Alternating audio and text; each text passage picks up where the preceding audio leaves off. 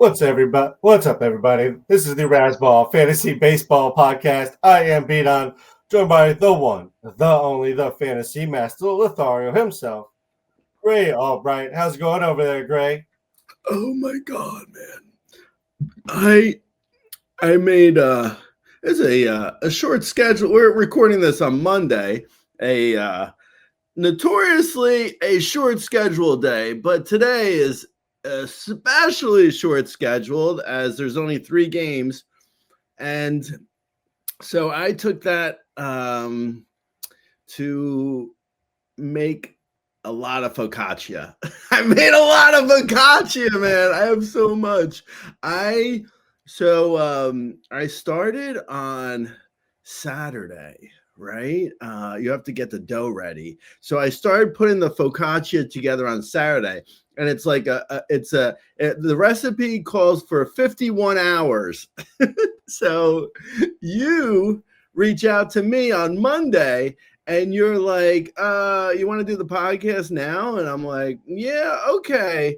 The only small problem is I'm started a 51-hour focaccia on Saturday, and the 51st hour is right when you want to start doing the podcast.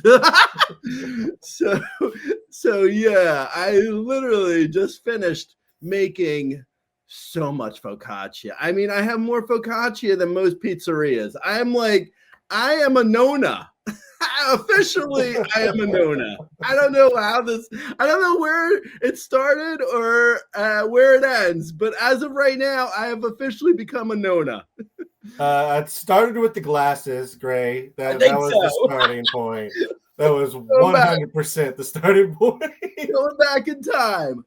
I am no longer a Nona. Glasses on. I'm a Nona.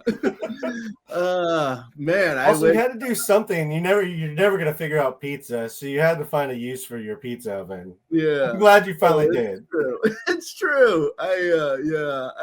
I found a good use for it too. I mean, it makes really good focaccia. I've managed to figure out focaccia, even though I can't figure out pizza in a pizza oven. I got focaccia down though, man. Actually, you know what? I'll put pictures on Razzball's Instagram.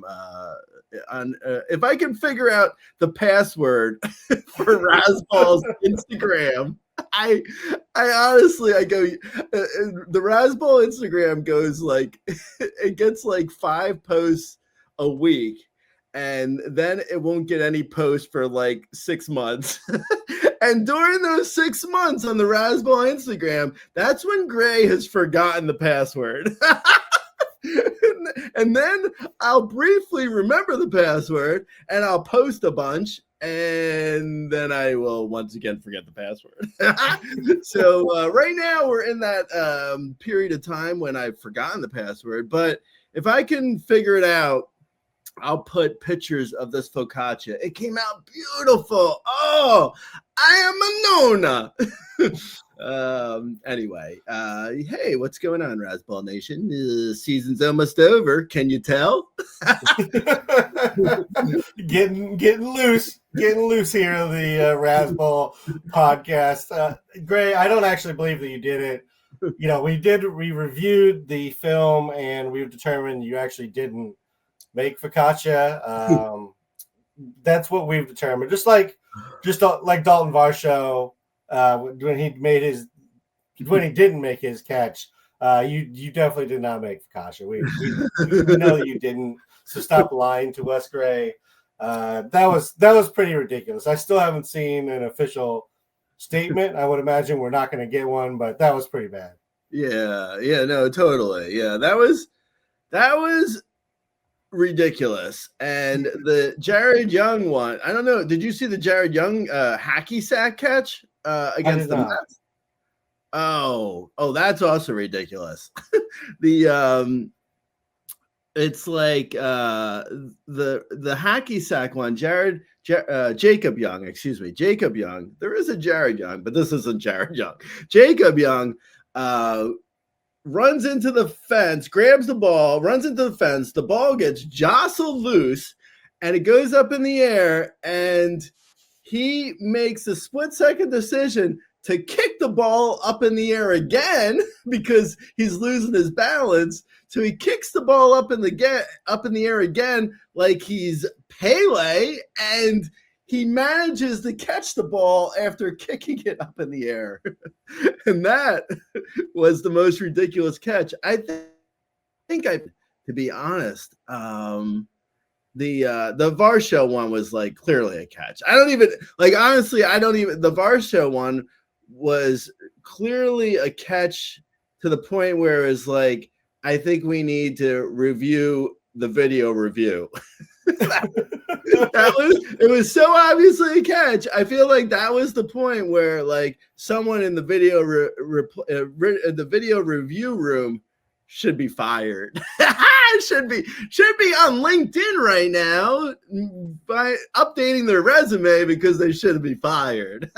Yeah, the Varsho one was ridiculous. That just feels like, I don't know. There's speaking of video reviews, because you know what? We've got time to talk about nonsense this week. With video review, I like video review in general, but the one thing that really bugs me is like when the guy is say Ellie De La Cruz is sliding over second base on a steal, and there's a split second moment where like his leg goes over, his hip comes up, and then his torso then lands on the bag, and they review that and they're like, well, for a split second he was off the bag, but so he's out. Like, what? That's so dumb. That is like, it's the letter of the law is correct, but that's in the situation where the video review guys they think they've become king or something. they've let it go to their head. There should never be a moment where a guy slides, is completely safe, and because he just comes off of the bag for like a split, like for literally like a split second, he goes over the bag. And because of the way he bumps up, he comes off for a second. Like, that's just dumb. Like that is not like, that's like, it's not the point of video review in my opinion, at least. I think that's kind of stupid. For the most part, though, I do like video review, except the Dalton Varsho one was dumb. That was terrible. I gotta question like the eyes of the person reviewing that. Were they missing their glasses? Could they not find them? Were they just, were they busy doing something else on their phone and just like, it's not that they were missing their glasses. Were they, or were they not Nona? Are they Nona? Because if they're Nona, then they have glasses. If they're not Nona, they don't have glasses. I do think when you slide into a base, very specifically when you slide in, because when you're standing, it's a little different. But when you slide into a base, I do believe you should have like the invisible ground above the base is yours. Like once you touch the base, right? Yeah, exactly. Like that should be a thing. Yeah, no, totally. I agree. It's like, yeah, I get what they're saying. Like, oh yeah, he's off the bag. So, he is technically out, but it's like, that's just like, that's so petty. Like, there's no reason for that. Like, there's certain things where it's like, come on, guys. Like, and that's really like when they even do like the reviews on those, it's like, you're talking about like speeding up the game, and then you have a review over this. Like, come on. It's like, it's dumb. Like, there should be. Like the umpire, like the managers get what, 2 reviews per game. The umpire should get 1. No, that's a stupid call for a review. I do not do that. Umpires get 1, so the managers get 2, and the umpire gets 1. No, I don't do that. And then we can actually bring back more arguing, because like I feel like arguing was a nice little moment for maybe it's still a thing for Aaron Boone, but most managers no longer argue because there's really no point in arguing anymore. but I do think we should get rid of one. So we have the manager gets 2 reviews, the umpire gets 1. No, I'm not reviewing that nonsense. And then you bring back 1 argument per game where the manager can come on the field and like throw dirt at the umpire and like bump his chest and get like crazier than anyone's been crazy in their life. Can you imagine? Like the managers, like I'm thinking back at like Earl Weaver or like Billy Martin, or Lou Piniella, like the original, like, oh my God, is this guy gonna is he gonna stroke out on the field because he is so mad? Like there's literally no other situation in one's life where you can get that mad and not be like arrested. Like if Lou Piniella was ever that mad at like, I don't know, a Starbucks, they would be like, you're crazy, man. I'm calling the police. You have lost your mind. I understand. I'm sorry. We gave you almond milk when you asked for soy, but you are screaming and bumping the barista with your chest. You can't have this. So you put it in through the app. It's really you. You did everything. We just made what you told us to. Sorry. That's our bad. But yeah, I'm actually against giving any more control. Latte with soy milk for a sweet Lou. What? Oh, I said almond milk. Sweet Lou, take it easy. Anyway. All right, great. I don't really have a great transition from any of that into anything, but we're just going to move on into Cal Raleigh, officially number 1 on the player rater for the season. You didn't believe it. I didn't believe when I saw it. I had to refresh it a few times, make sure I was on the right date. You know, everything kind of picked up from last night's game. But he is officially number 1 on the player rater for the season. So I'll just keep asking it as long as he keeps crushing the ball out of the ballpark. Where does he belong for next season? And, 58 home runs at this point, 14 stolen bases, 107 runs, 121 RBIs, 247, 360, 589. Just, amazing numbers. So yeah, no, totally. I'll talk about Cal Raleigh in a second, but it's right now on the player rater because it does change daily. So it could change by the time people look at this. But right now on the player rater, it's Cal Raleigh at $47.90. Shohei Ohtani is 2 at $47.80. And Aaron Judge is 3 at $47.60. That's insane for the final week. And I don't know if I've ever seen the player rater have 3 guys all who could potentially change places by tomorrow, and then again Wednesday, and then like Thursday, and it could potentially change every day this week. Anyway, so I don't know. I thought that was kind of interesting. Anyway, so Cal Raleigh, I was saying this on the website this morning on Monday that I do think that once a player gets to 55 homers for 55 homers, once they get there, then the league puts in the bouncy balls because this is like, Cal Raleigh, I love him to death, but he's hitting some of these homers. I'm like, how did that ball get out? He's just like, he's flicking his bat and the ball's just like flying. And I'm like, I think they might have the bouncy balls out for Cal Raleigh right now. And I think they do that probably, I would say at 55 homers, they start doing that because like, who doesn't want to see someone hit 60 homers? Everyone wants to see that. So they're like, yeah, he got there close enough on his own. Now it's time we do the bouncy balls. That's what I think happens. I don't know, man. So Cal Raleigh for next year. The thing is, I'm not sure if I don't even know what the projections are going to be like for him. I would assume because this is such a obscenely crazy year for him compared to like his previous years. Like last year, for people who don't remember, he had 34 homers and hit 220.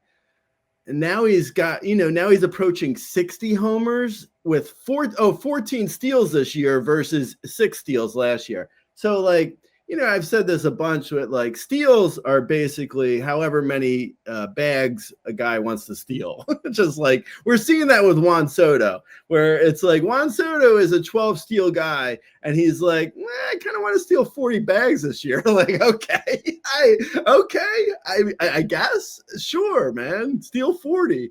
I don't know if it's helping the Mets necessarily when he gets caught stealing like once a game.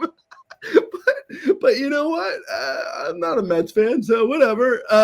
So I think with Cal Raleigh, like what his projections will be next year is going to be. I think it will depend on where the people land, because like if people project him for, say 45-ish homers, he's probably. I mean, that's probably a top 20 guy, right? I mean, I don't know. I don't think I'm gonna land there. I think I'm probably, I want to say I'm at like 40 to 43, maybe I'll project him for, which feels like, I mean, it's up from, last year, obviously, and it's down from this year, but I mean, it's a lot further down from this year than maybe some people will say, but I just can't get behind. Behind is the key word with Cal Raleigh. I can't get behind this insane year he's having. I think this is a career year. I think in retrospect, it'll be obviously a career year. So I don't know if you're at 42 homers for him, which is still an insanely great year for a catcher. Like, not to take anything away from him. Like if he hits 42 homers next year and 235. Say conservatively as projections, I think that probably lands him around like, I don't know, maybe the top 25-ish, top 30, somewhere in that range. A lot better than, where he was last year. I don't know how. I don't think I'm going to be able to get him into the top 20, even though I'm sure some people will. And in 2 catcher leagues, I wouldn't be surprised if he goes in like the top 12 even. But yeah, it won't be me. I don't believe in this. I don't believe in the steals. I said what I thought with the average and power. So I like him as a player. I think he's fun. He seems like a good guy, whatever that means. But I personally can't see myself getting in on him, higher than maybe 25-ish. But not in the top 20, I don't think. I don't think I'm going to be able to land there for him. I don't know. What's your thoughts? No, I think I agree. Most people who have this kind of season, it's when it's so much of an outlier, going from a 30, 35 home run guy to a 58, we'll see if he breaks 60, one would assume, through the end of the season, is generally just an outlier season. It's really hard to replicate. We've seen it with any number of hitters. Vlad, that was kind of a minor league park situation, so that one's not quite fair, but Matt Olson did it. We see a lot of players do it. Age 26 to 29 is kind of the prime time for that to happen. I don't think he's going to completely fall off the map and not hit home runs. I don't believe that's going to happen. But I think when you say like 40 is probably the line for next year in projection, that's probably where I would go. I would say that's giving credit to what happened this season with also not giving him a repeat of 60, because there's only, a couple guys who we think year in and year out can really do that. Aaron Judge, Ohtani, I would put Schwarber on that list at this point. But yeah, I would agree with kind of what you said. Would you rather have him or Kyle Schwarber? Kyle Schwarber. Him or Devers? Cal Raleigh, but I'm a longtime Devers hater. So you are a Devers hater. How about Alonso? Since you've always liked Alonso. I do like Alonso. That's a good one because Alonso and him probably the projections are probably going to be pretty similar, I would guess. I think I'm going to go to Alonso. Barely though, with the caveat I might change my mind by January when my rankings come out, or December if you're on Patreon. Yeah, absolutely great. And we'll also have our definitely open to change, and we'll change draft at some point for the podcast once the season wraps as well. So you can always stick around for that, even though, again, that'll definitely change by the time draft season comes around. Let's move on to the next person, Gray. Let's move on to a couple of call-ups. Jefferson Cuero is expected to be called up by the Brewers. I haven't seen the official announcement, but I've seen that he's getting called up. 58 games at AAA, 6 home runs, 2 stolen bases, 255, 336, 412, 14% strikeout rate, 10% walk rate. Are you interested in Jefferson Cuero? No, I'm not actually at all. I think they're probably I would assume they're rewarding him for or maybe they need a backup, but I don't. Or they're rewarding him for a decent season, but I don't see really that. Maybe he gets a start or two, but I'm not interested.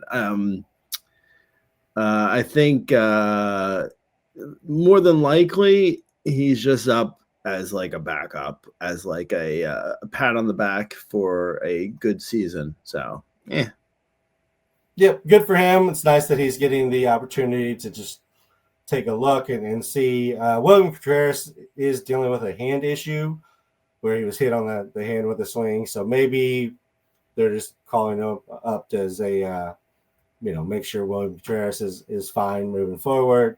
And not the worst thing to get him a look at the majors. But yes, I agree. Not really an ad.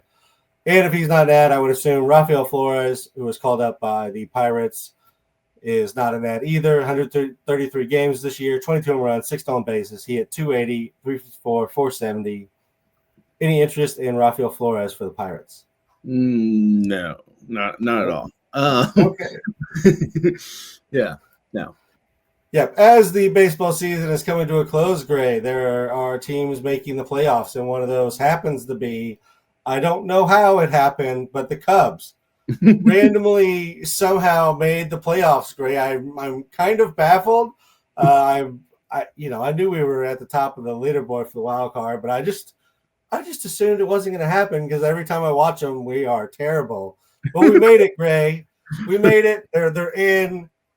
That gives me full rights to talk about a few Cubs players, and there's a couple that are completely confusing, Gray, I think, for most of the people out there. Let's start at the top with Pete Crow-Armstrong. He's number 26 on the player rater for the season, which is quite a big drop from where he was come, the All-Star break. 159th over the last 30 days. Did have a knee injury in July. What are your thoughts on Pete Crow-Armstrong for next season?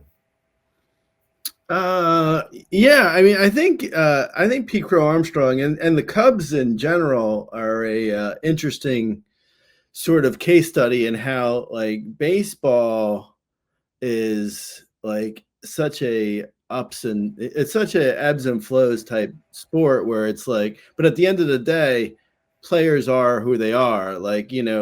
So from April through July, Pete Crow-Armstrong looked like a top 10 player overall, but he was never really a top 10 player. He just appeared that way because he was on a hot streak. And then, from July through September, he, was really terrible, but he's not really terrible either. He's, like most guys, he's somewhere in between. There's very few players who are actually as good as, a top 10 player all year. And those are guys who are, consistent, like, the Aaron Judge or the Otanis of the world. Where Pete Crow-Armstrong is just like, he just doesn't make enough contact in his chase rate is terrible. And if his contact is not bad as far as strikeouts go, but his the contact he actually makes just isn't good because he's chasing so many pitches out of the zone and he's making contact with them. But as you imagine, I mean, it's common sense. If you're making contact with pitches that aren't very good, then you're going to make pretty terrible contact. Like think about a batter who's making contact with a ball that's 5 inches off. It's like, okay, that's going to be a ground out to, second base because it's just a terrible pitch to swing at.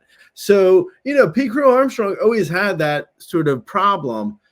It took a while for pitchers to figure it out, but once they figured it out, I mean, they're exploiting him in the second half. So I wonder, like, he's got to now adjust back, because if he doesn't adjust back, what we're seeing from him, he has always been a good power speed guy.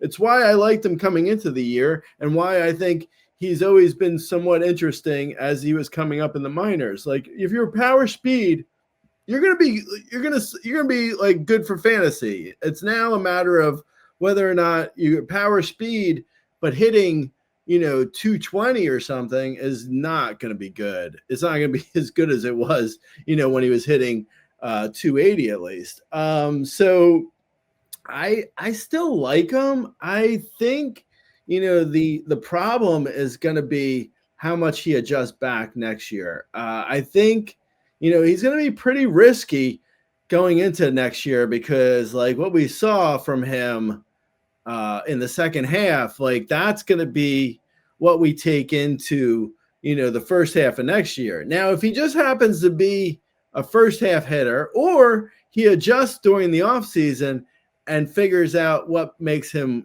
work better, then he could actually be great next year. But we won't know until the season begins. So he's going to be a difficult guy to get fully on board with, next year when we're drafting, because we really won't have any idea of what we're going to be getting. And I imagine because of his profile, he's probably going to look pretty good in spring training because he's going to be facing a lot of like either pitchers who are just working on stuff, i.e. throwing the ball over the plate, not really caring, or he's going to be facing pitchers who aren't even going to make the squad. So there's a chance he can look really good in spring training, and that could disappear once we get to the season. Like he does feel like that guy. But like I said, I mean, he could adjust back. He's going to be a tough guy to, I think, to draft aggressively, though. So I don't know. I mean, I'm not really sure really where I'm going to land on him yet. I imagine he's going to be somewhere around like the 20th, maybe the 20th outfielder, which is roughly around like, the 40 to 50 overall, maybe. I mean, maybe. I don't know. It's tough because like I remember looking at his numbers about a week ago, and he hit a homer and stole a bag. I think he did in the same game and it went like, and it was like his 29th homer, and I don't know, maybe his 32nd steal or something. Now he has 35, but maybe at the time it was 32. Anyway, I remember looking at that and being like, I could have sworn he had 29 homers and 30 steals in July. So then I looked at his splits, and it's like, he kind of did. I mean, he did nothing in the second half. It's been really bad. So, I mean, if you can get fully on board with that, I don't know if I can. I feel like I might be the low man on Pete Crow-Armstrong next year. I just don't. Like his profile is just so scary to draft aggressively. I mean, we see how good it could be. We saw that in the first 3 months of the season, but for him to go out on this note, like, if he would have had a great September, then, maybe there would have been, maybe something to look forward to. But I mean, he's had his worst strikeouts. Well, he didn't, not his worst, but he's had pretty bad strikeouts in September. he hasn't. Long story short, he hasn't been good. He's been pretty miserable in September. Like, it hasn't gotten better. He's hitting like 195 for the month. So yeah, I mean, I liked him going into this year, but I feel like I'm going to be out going into next year. Yeah, I'm obviously biased. I am a Cubs fan, and I need him to be good, because if he's not good, then I don't know what I'm going to do.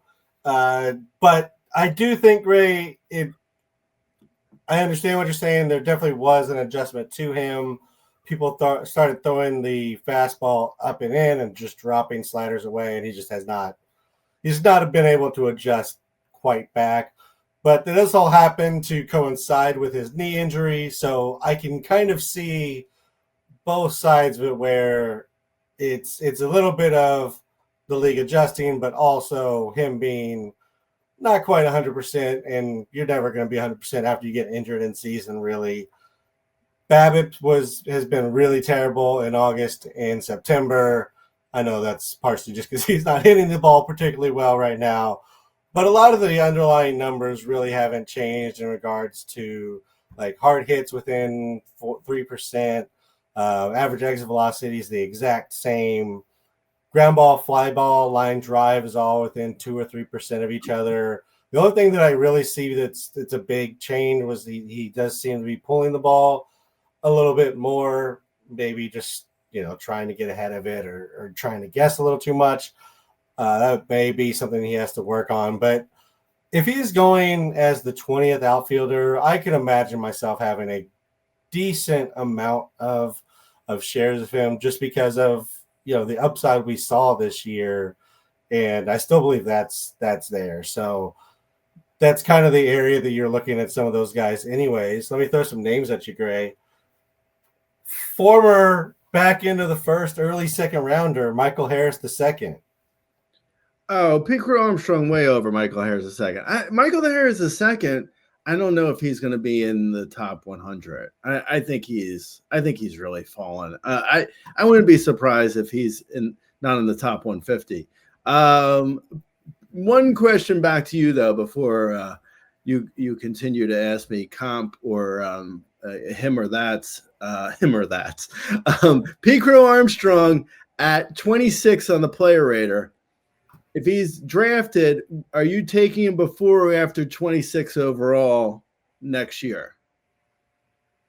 I would assume it'll be after, just because I know, looking at the player rater today, there's definitely a few names that are going above him, just due to time missed or track record, that kind of thing. So I would say he's probably going after, although that's probably a lot of starting pitchers that I'm not going to rank there either. So I would assume it's probably around 30. Mm-hmm. Yeah. At least that's my initial thought. I would assume I would assume it's around 30. So you're taking him around 30. I think so. I think that's at least initially where I'm looking at grabbing him. Like, for me, the one that I think is going to be an interesting decision next year maybe will be buying into a Jackson Merrill bounce back, or do you buy into Pete Crow-Armstrong, having shown it to us? I'll tell you, my guess is you're going to be able to have your cake and eat it too in that scenario, because I don't think Jackson Merrill is going to be anywhere. I don't think he's going to be drafted anywhere near there. I think Pete Crow-Armstrong will be. I think Pete Crow-Armstrong will be around 30. I would guess Jackson Merrill is, maybe 75, 80. Yeah, something. What about Jazz? I feel like Jazz is a fair comp for Pete Crow-Armstrong. Yeah. Upside, downside, like they can both go good. They can both go bad. I would say they're probably going to be pretty close. I would probably go Jazz. He's going to be in a contract year. I think he's going to be a Yankee again. Yeah, I'd probably go Jazz, because I also think his injuries were kind of fluky this year. And, injuries in a deep league hurt more so than a shallow league. And like Jazz in a 12-team league, if he gets injured, you just replace him with the hot potato off of waivers and, put him back in our lineup when he comes back. Yeah, as much as I don't love to go about position eligibility, him having second, third versus PCA being an outfielder, that's probably going to play into that decision for me as well as I sit down and make rankings at some point. So I think that's probably about the right place, though. Let's move on and talk. I think actually Pete Crow-Armstrong for me, I would say probably closer to like the 12th or 15th outfielder. Now that I'm thinking about it, now I don't know if 20 feels a little bit low, but I mean we're riffing here, people. Yeah, we're throwing random things out there. Don't hold me to it, but yeah, I would probably upon reflection, probably 12th or 15th outfielder off the board, but still. I don't think I'm going to be one of them taking them, though. That's fair, Gray. Yeah. We'll all do our research and figure out where we come back rankings wise officially, but that's at least initial thoughts. Let's move on to another guy who's fairly confusing for the Cubs, and that was Michael Busch, number 29 on the player rater for the last 7 days, number 93 and number 93 over the last 30, number 92 on the season. He's just been so up and down, Greg. Good March, bad May, good June and July, bad August, worse September. Like it's there. It's there in the end. Like the numbers are eventually there, but it's been pretty brutal. I mean, I don't know if you've had Michael Busch or been in this Michael Busch experience. But what are your thoughts on him as he's coming out? 30 home runs, 256. I mean. Yeah, I mean, you maybe you don't remember, but I traded for Michael Busch in July, right after I believe he had a 3-homer game, and it was the last thing he did that was any good. And I traded for him on that day that he hit 3 homers, and then he was miserable for like the next 60 days or whatever it's been since my trade. I will say, though, I traded to get him. I traded Lawrence Butler, who has been just as bad. So, I mean, 6 of one, half a dozen of another, I guess. I think Michael Busch, for me, like, again, it's like these Cubs who are like so good in the first half, but they weren't really that good of a team. And they've sort of like come back to earth in the second half, and a lot of their players have too. I think though Michael Busch, there has been a lot of ups and downs, as you mentioned, from month to month. But at the end of the day, as long as you had him for the full season, unlike me, if you had him for the full season, I can't really fault his numbers, and they don't look that far off from what he's probably going to be again next year projection wise. So like he's a 30 homer, handful of steals, 250 hitter, which is totally fine. I mean, it's not terrible. It's fine. It's just not like, I don't think there's any real upside from there, but that's fine. If you would have taken that from, Austin Riley, it would have been over the moon, really. I mean, so I think Michael Busch is, I think he'll be drafted around like 100 overall next year, and I would take him. I mean, I was going to say happily, but probably not happily. But I would take him. I mean, you got to fill your lineup at some point, so I think I would probably grab him. I don't mind. It's like if you drafted a first baseman early and he's your corner man, then great, better. But if he's your first baseman in a deeper league, then it is what it is. I think he's okay though. I don't really hate him. I just don't see really a huge upside from him. Yeah, and good Lord, Austin Riley. Wow, I don't even know is he still playing baseball? I don't even know. I've lost track. Yeah. Yep, great. It was very easy to lose track of some Braves players this year. They were all pretty terrible at different times, mostly at the beginning and then the middle, and now at the end they're finally coming on. Gray, Last 7 days on the player radar. Matt Olson was number 1. Drake Baldwin was number 2. Acuna was 5. Hassan Ken was 10. Somebody called Nacho Alvarez Jr., who I believe was in a terrible luchador movie, was number 34. Oh, yeah. Actually, that is Jack Black playing Nacho Alvarez Jr. And then Ozzy Albies somehow cracking the top 100 at 73 as well. Let's just talk about a few of those guys that were top players for this week, Gray.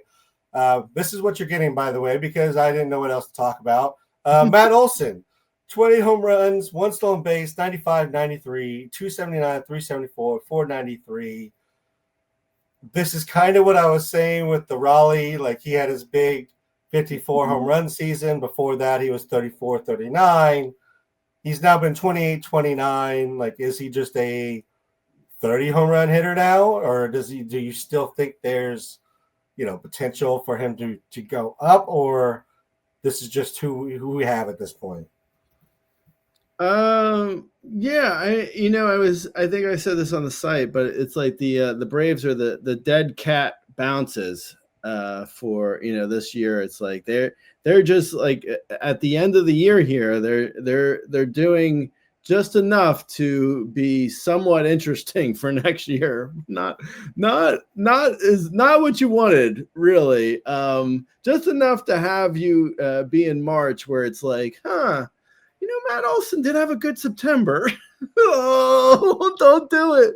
Don't do it, man. Because people are going to be doing it. They're going to be like, Ozzy Albies was kind of good in September. I might get in. He's starting to come out of it. Oh, it's going to be bad. With Matt Olson, his numbers kind of like, as you have already mentioned, from month to month, it hasn't always been a pleasure to own Matt Olson. But at the end of the day, he does seem like he's more or less this player. He is the, 30 home, at least for now, plays every day, 90 plus runs, 90 plus RBIs, 30 homers, Zippo on the speed, and hits like, anywhere from 250 to 280. Well, he's might hit 280 this year. He's actually, if he hits 280 this year, it'll be 2 out of the last 3 years he's hit 280. So yeah, I mean, he might be pegged wrong as far as his average goes, where I think people might expect a little bit lower on the average, but he makes decent enough contact, and it's still at 31. I think he's okay for at least another year, for like next year. Now, will I be totally interested in drafting him? Not really, but I mean, it's like Matt Olson at 30 homers and say 265 conservatively. So 30 homers, 265, or Mike Busch, who I just said 30 homers and 250. So, I mean, Matt Olson's better than that. Barely, but he's a little bit better. And he's, Matt Olson's actually shown, a huge year or 3, or, not huge, but he's had better years than Mike Busch, I think, will ever have. So, yeah, I mean, Matt Olson's fine. I don't think we should expect a, monster year ever again from him, but so you can do a lot with, if he hits 265 in like the middle of the Braves order, you can do a lot with that in 700 plate appearances, which he always seems to get. So yeah, I think I'm not going to be totally enthusiastic about it, but I can see Matt Olson being somewhat valuable next year, I guess. That's such a ringing endorsement, Gray. Thank you for that. Let me ask you this: among the kind of corner 30 home run guys, do you believe in Olson's average, Devers being a 30 plus guy still, or Pasquantino being a 30 plus home run guy still? Yeah, Pasquantino looks like a 30 homer guy. Pasquantino looks like a 30 homer 260 average guy, but with plus on the average. Devers, I believe, is hitting like 230, which is, I mean, he's not. I mean, I know I'm a hater here, but I mean, hitting 230 with 30 homers, it's like, I don't know, is that, or who do you want, that or Michael Busch? You could probably get Michael Busch for cheaper than Devers. So I don't know. I go. Anyway, I'll say Matt Olson, Pascatino, Devers, but I mean, subject to change. Okay, fair enough. Maybe a little harsh on Devers on the average, but I understand what you're saying. So I think he is hitting. I think he is hitting like 232 or something. Right? No, for the season he is a 251 hitter. In the second half, he's hit 246. So he's pretty much a 250 hitter. I mean, he's not a 270, 280, 300 guy like he was in Boston at different points. That's interesting because I feel like maybe I was looking at the guy who is hitting right above or behind him, because I do remember seeing yesterday he was hitting 230. Oh, it's Matt Chapman was hitting 232, and Devers. Wait, no, Devers. It says here Devers is hitting 233. Why is? Oh wow, this is totally off, huh? I don't think I've ever seen that before. On the ESPN box score, it says Rafael Devers 1 for 3, 233. I guess that's wrong. Okay. Anyway, moving on. Yeah, that doesn't make any sense mathematically one way or the other, so we'll just ignore it and keep moving. Matt Chapman, he's been terrible this year too. Also injured. You know what though? It's unfortunate if you drafted Matt Chapman, but the Giants have him for another 8 years, so that's really unfortunate. For a lot of money. Willie Adames, they only have for another 12 years. And Devers, I think they have also for 10 years. They're gonna have, and so the Giants team in like 2030 is going to be incredible. All right, great. Let's talk about Drake Baldwin real quick. Just he was a really hot, sleeper this season. Ends up he is currently number 9 on the play rater at catcher. 18 home runs, hit 273, 340, 459. Sean Murphy obviously out, so his numbers are looking a little better recently because he's getting more playing time. Sean Murphy will be back. He's under contract for a number of years still. Jesus. What are your thoughts about Drake Baldwin moving forward, if you have him or if you're looking at him for next year or trying to do some drafted holds early? Is he somebody you would potentially target, or are you worried that, they're always going to give Sean Murphy time? Oh man, I can't believe Sean Murphy's still there. Oh geez. He's got he had a torn labrum. He's transferred to the okay. Anyway, it looks like Murphy is under contract for like 3 more years. 3 more years. I think Riley has 7. Oh my God. It's like, oh my God, when the Braves were signing these guys, everyone was like, oh, what a good deal. What a good deal. You got Ozzie Albies for the next 12 years. Not a good deal. Okay. So Drake Baldwin has unfortunately he has Sean Murphy behind him. Hopefully behind him, but not in front of him. I think the numbers for Drake Baldwin, like, they look like they check out. Like, he doesn't, not necessarily the 5 category guy, but for a catcher, he looks pretty good. I mean, his numbers, if you were to take their names away from them and you were to put his numbers next to William Contreras, who everyone thought was the number 1 catcher going into the year, they don't look that dissimilar from what Drake Baldwin's doing. I don't know if there's a ton of upside power wise. There's literally no speed, which is fine. He's a catcher, but he hits for a good average. So maybe, I don't know, next year 20 homers, 280, 275.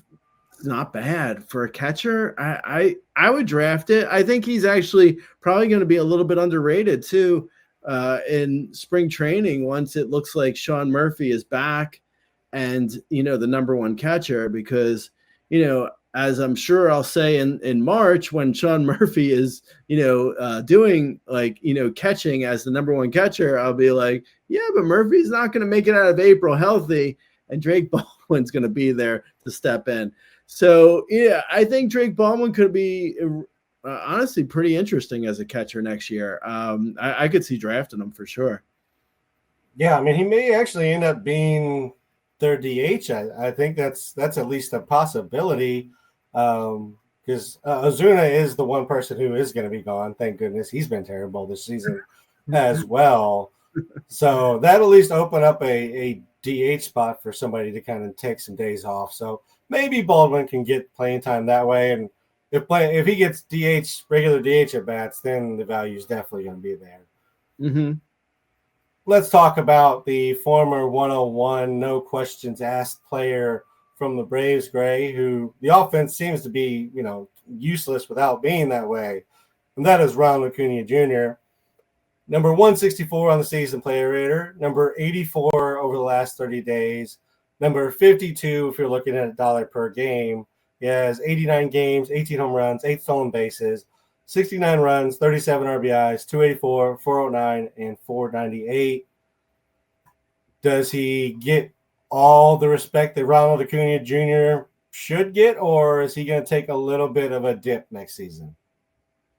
Yeah, I don't see how he doesn't take a dip with, the numbers, the steals alone. I just don't see how you can look at what he's done so far in his return and be like he's going to be anywhere close to the player he was. Unfortunately, it's sad, but, life comes at you quick. He's like, he's going to be 28 next year, and he's had, 29 knee surgeries or thereabouts. So, unfortunately, I mean, he's still going to be a dynamic player, but I don't know, maybe you put him down for, 35, 20, 290, which isn't bad. I mean, I think that's still top 15-ish. But he's not going to be – I don't know how you can put him anywhere near, like, the top 5 even, which, unfortunately – that's unfortunate because, I mean, he was a no-doubt top 5 guy when he was healthy. So, yeah, sorry. Yeah, unfortunately, I'd see – would I say 35, 20, 290, which is, I don't know, maybe top 12, top 15. It's not bad, but it's not top 5. Yeah, I mean, it's a very good season, and there's a possibility that he gets better, just feels better next year, and there's potential there. But yeah, I don't think you can take him as a top 5 guy like you're saying. Would you take him or the guy who we led the show off with, Cal Raleigh? Oh, definitely Acuna over Cal Raleigh. I mean, all right. How about him or Jazz? Oh, Acuna over Jazz for sure. Second half, Julio Rodriguez. Julio Rodriguez has had a surprisingly really good season. Obviously better in the second half, but I think the last time I looked, he was in the top 5 on the player rater. Top 10. I see no reason why to drop him. So Julio Rodriguez over Acuna. Okay. What about Ellie? Ellie's going to be an interesting guy for next year. I still love Ellie. This year hasn't been, the second half at least hasn't been great. But he was top 5. I think he's actually around Pete Crow-Armstrong right now in the second half. He's actually right below him on the player rater. I still like Ellie, though. I'm still going Ellie over Acuna. Yeah, I don't know what's wrong with Ellie. That one's going to be tough for me because I still think at its base, I fully believe Ronald Acuna is a better baseball player than Ellie. So I think I'll go Acuna there just because we're looking at 35, 20, 280 from Acuna versus, maybe 20, 23, 40, 250, 260 from Ellie. It's kind of an arrangement of numbers going. It just depends on how you kind of want to build, I guess. Mm-hmm. More power, more speed. I think I'm going to have Ellie on a lot of teams next year. Oh, come on, bounce back. Please bounce back. Yeah, it's a hard one. I mean, he's obviously has so much talent. We've seen it already. So if he can just kind of get it together, if he had it even just resembled his first half, he would have been well worth the pick this season, Gray. Yeah. Something we don't ever talk about really, Gray, or not very often. The top starting pitchers for next year. I know we don't really draft them, but some people might want to know who they are if they're going to be drafting some very, very early leagues or just trying to think forward to dynasty, keeper trades, that kind of thing. We're doing our top 25 next week, right? We can. Do we not usually? I thought we had one more week that we normally do, and then it's the top 25, but I am open for whatever you would like. We can also discuss it, off air so that the people don't have to hear this, but that top 25 will be in the next week or two if you're still with us.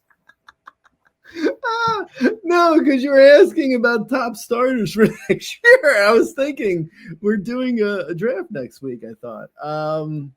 Or maybe we do it. I mean, at most we'll draft 2, so we can at least talk about a few of them. Yeah. Okay. Yeah. Or maybe our top 25 is in 2 weeks. I don't know. We'll see, guys. Take it easy.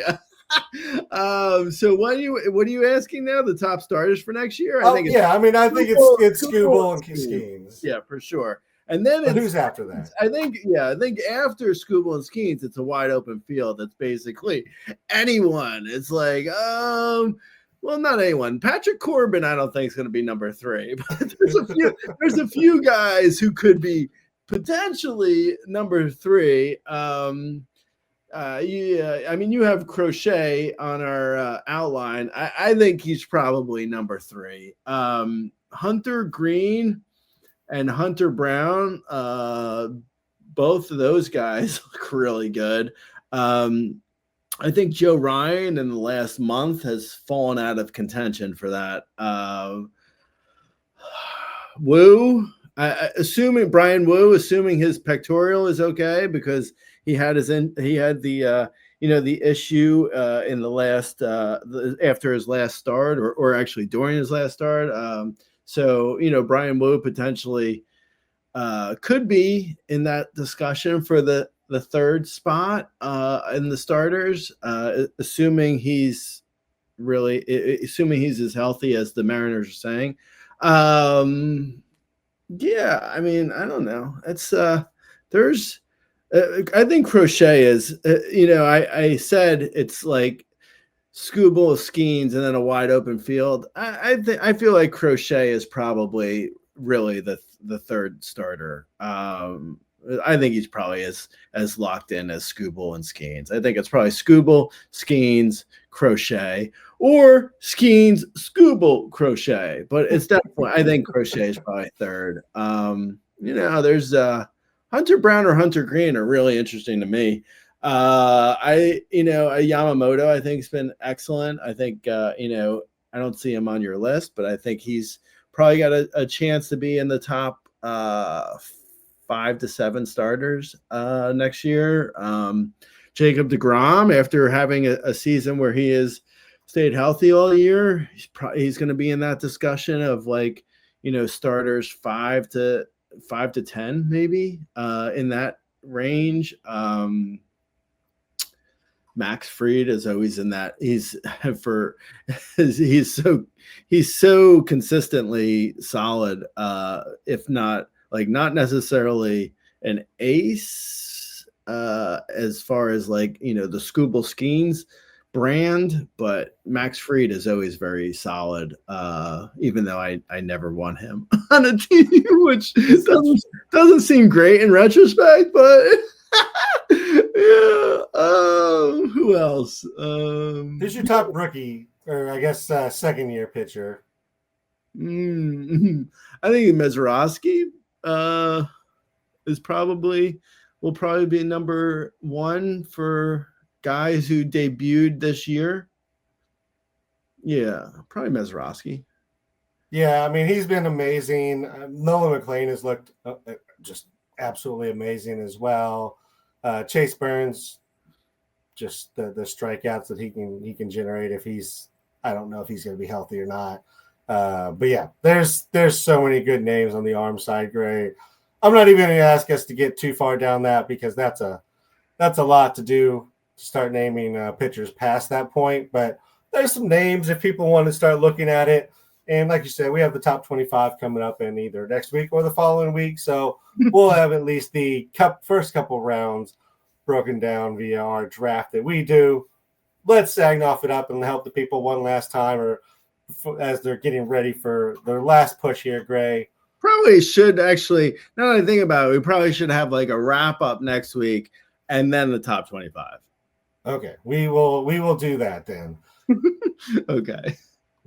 But let's move on. Let's SAGNOF it up, Gray. The Dodgers, Dreyer, Scott, Vesia, all got to save this week, Gray. If you're chasing them down, do you own all three, or would you rather take your shot somewhere else?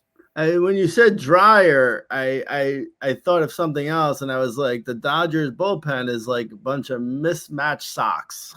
that's what I heard when you said Dreyer. Yeah, I mean, they're awful. I don't know why they keep running Blake Trinan out there. That's like, I mean, I get kind of the thought process. It's like, okay, the Dodgers are going to the playoffs and we're a better team if Trinan is pitching well. So let's try and get him well before we get to the playoffs. So, I mean, that kind of tracks for me, but man, he's terrible. He looks awful. I don't know why they keep going back to him too in like these like, you know, situations where he's able to just like lose the game for them. He's been pretty bad. Anyway, Tanner Scott, I think, is the closer. Alex Vesia has been decent. Dreyer, who you mentioned, they're all lefties though, which, you know, another reason why maybe they're trying to get Trinan correct, because I mean, he's actually a righty, which they're lacking. Kirby Yates though is there as a righty. Yeah, I guess if you're really desperate for saves, I'd probably go for Vesia. I think Vesia has been the best. So I'd probably go Vesia and hope he gets a save or two. But I think you can probably look elsewhere and get better chance for saves. So yeah. Yeah, I think if these are your only opportunities, I would go probably Dreyer because he's just getting the most work overall, then Vesia, and then I guess I would go Tanner Scott, but he's been not good, as well as Trinan and Yates. All three of them have just been absolutely awful coming down the stretch. So I would just try and go with Vesia or Dreyer and avoid the veterans in that group. Over in Baltimore, Keegan Aiken gave you 3 clean saves, and then in a non-save situation ruins your ERA. Any concern there, Gray, or is this just, you know, it's just a non-save crap? I think it's just basically Keegan Aiken will get your saves if you're desperate for saves. I would go Aiken for the Orioles saves. Yeah, and he's been good out when he's saving. Just that non-save situation was never good for him. Moving over to the A's, Gray, Hogan Harris with a couple saves. Michael Kelly also got a save this week. They got 3 saves last week. I feel like it's worth talking about. Do you want either of these guys? Yeah, I mean, I think Logan Harris probably be the guy I would grab if I really were desperate. I don't know. I mean, Michael Kelly has been okay as far as ratios go, but I mean, his peripherals look terrible, but whatever. That doesn't mean anything for the final week. You just won saves. I would go Harris if I really needed saves there. Yep, I'm with you. Let's move over to Arizona, where John Curtis has been not so great, Gray, but what are your thoughts on whether they might switch it up here at the end?